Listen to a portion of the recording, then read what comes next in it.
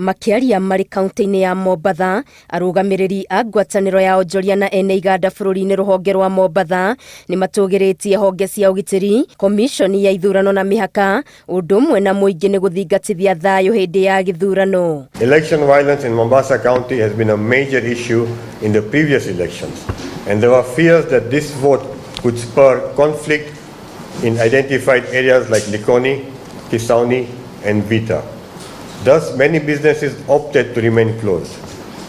We are happy to note that Mombasa County remains peaceful, with normality resuming slowly and everybody going on with their normal business, contrary of what was expected. Morĩtie thirikari ĩrĩa gũka ndĩkarie marĩgu gũthingatithia mĩtaratara ya kwarahũra wonjoria bũrũri-inĩ, kuona kwa ihinda rĩa mĩaka 3 wonjoria sekta-inĩ itiganĩte ũthiĩte ũhwererekeire. The government's role is to provide a policy and to provide an atmosphere where the businessmen can do genuine business and contribute in their fair share of paying taxes.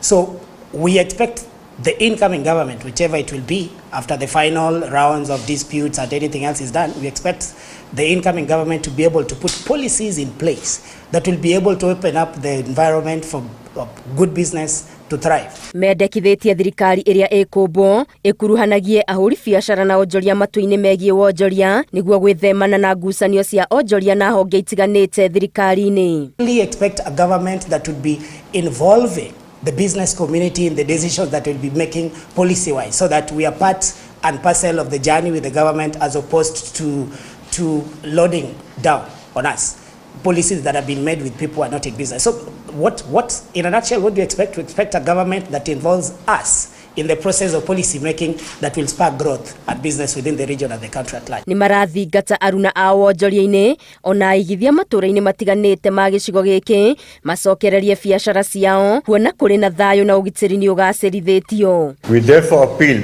to the citizens and the business community of Mombasa to resume their normal daily activities following the conclusion of the August 9th general elections. For almost the last 2 years that have made the business environment very, very difficult. The drought that is ravaging now across the whole world, including Europe, where rivers have gone dry.